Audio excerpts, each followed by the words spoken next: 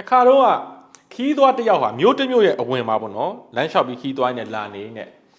ဒီပညာရှိတယောက်ကိုတွေ့တယ်ပညာရှိမှတော့သူကဘယ်သိမလဲနော်ဒီအဖိုးကြီးတယောက်လမ်းလျှောက်နေတဲ့အတွက်သူကလှမ်းခေါ်ပြီးမိလိုက်တယ်အန်ကယ်ပေါ့နော်အန်ကယ်ဆိုတာဒီခေတ်စကားနဲ့ပေါ့အဲ့ဒီခေတ်ကတော့ဦးလေးဖြစ်မှာပေါ့ဦးလေးနော်ဒီမျိုးကိုကျွန်တော်ရောက်ဖို့အတွက်ဘလောက်လောက်ဆက်သွားရအောင်လဲသူကမျိုးအဝင်ကိုမျိုးကိုမရောက်သေးဘူးလေသူကဒီမျိုးမှမရောက်ဘူးလားဆိုတော့ကျွန်တော်ဘလောက်လောက်ဆက်သွားရင်မျိုးကိုရောက်မလဲပေါ့နော်ဒီလိုဦးလေးပေါ့ဒီခေတ်စကားနဲ့ဆိုအန်ကယ်ပေါ့ဒီလိုခေါ်ပြီးမေးလိုက်တာအဲ့ပညာရှိကဘယ်လိုပြန်ဖြေလဲဆိုတော့ဘာမှပြန်မဖြေဘူးအဲ့တော့ကြောင်သွားတာဟာဒီအန်ကယ်ကြီးကဘာလဲခြေလိုက်တာဒီဦးလေးကခြေလိုက်တာပြန်မဖြေဘူးဆိုတို့ဘက်တော့လမ်းကိုဆက်လျှောက်လာတာပေါ့သူနည်းနည်းဆက်လှမ်းရောက်ပေါ့3-4မိနစ်လောက်နည်းနည်းလေးလှမ်းရောက်တဲ့အချိန်ကျပါအဲ့ဒီပညာရှိကလှမ်းអော့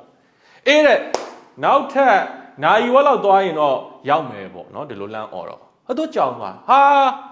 ဦးလေးကလည်းခုနကတော့မေးတော့ဘာလို့တန်းမဖြေတာတော့ကျွန်တော်ဒီမှာဦးလေးကိုတော်တော်ကြော်သွားပြီးတော့လှမ်းអော့ပြီးဖြစ်ဘာလို့ခုနကတော့မေးတော့ဦးလေးကမဖြေတာတော့ဆိုတော့အဲ့တော့မှပညာရှိကရေပြီးတော့ပြောတယ်အဲ့ဒါငါတန်းဖြေလို့ဘယ်ရအောင်မလဲကွာမင်းဘလောက်မြန်လျှောက်လဲဆိုတာကြည့်ရမင်းရဲ့ဘလောက်လျှောက်တဲ့လမ်းလျှောက်တဲ့နှုံးကြည့်ရသေးတယ်လေတဲ့အဲ့ဒီပုံမူတည်ပြီးတော့ငါမင်းဘလောက်ကြာလဲမင်းဒီလောက်လျှောက်နှုံးနဲ့ဆိုတော့နာရီဝက်ကြာမှာပေါ့မင်းဖြည်းဖြည်းလျှောက်ရင်တော့တနာရီကြာမှာပေါ့မင်းတိတက်မြန်လျှောက်ရင်တော့15မိနစ်နဲ့ရောက်မှာမင်းရဲ့မြန်နှုံးကိုကြည့်ရသေးတယ်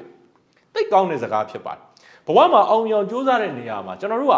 ဘလောက်ရောက်ချင်ရီမန်းချက်ကိုရောက်ချင်တယ်လို့ပြောကိုဘလောက်မြန်လျှောက်နေလဲနော်တချို့ကနေရောညရောအလုံးနေတယ်တချို့ကကြတော့ကိုယ့်ရဲ့သွားမဲ့ speed ပေါ်မှာလဲမူတည်တယ်တယောက်နဲ့တယောက်ဟာမြန်နှုံးနေမတူဒါကြောင့်လူကျွန်တော်ဘဝမှာဖွံ့ဖြိုးတိုးတက်အောင်မြင်ခြင်းရင်အဓိကအရေးကြီးတဲ့အချက်ကကျွန်တော်နှစ်ချက်ပဲဘဝမှာမြန်နှုံးမြင့်တာတော့ကောင်းတယ်သို့တော့ဥတီယာလို့ခေါ်တဲ့ direction နဲ့အချိန်လို့ခေါ်တဲ့ time လဲ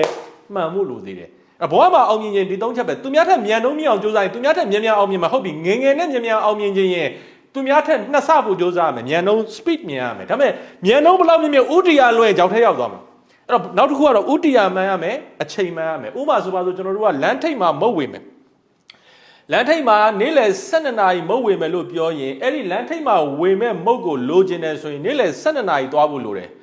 ဟဟလားညနေ6နာရီမှသွားရင်ရမှာမဟုတ်အဲ့ဒါအချိန်မှန်တာ direction မှန်ဖို့လိုတယ်လမ်းထိပ်မှာမုတ်ကဝေမှာဖြစ်တယ်လမ်းနောက်မှာဝေမှာမဟုတ်ဘူးအဲ့တော့ဥတီယာမှန်ဖို့လိုတယ်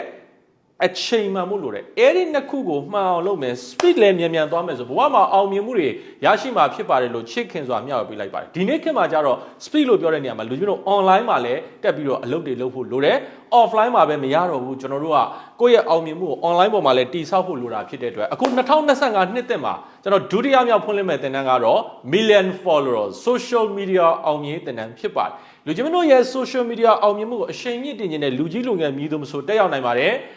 အဲ့တော့ဒီသင်တန်းဒီကျွန်တော်ကိုယ်တိုင် Facebook မှာ follower ကျွန်တော်တို့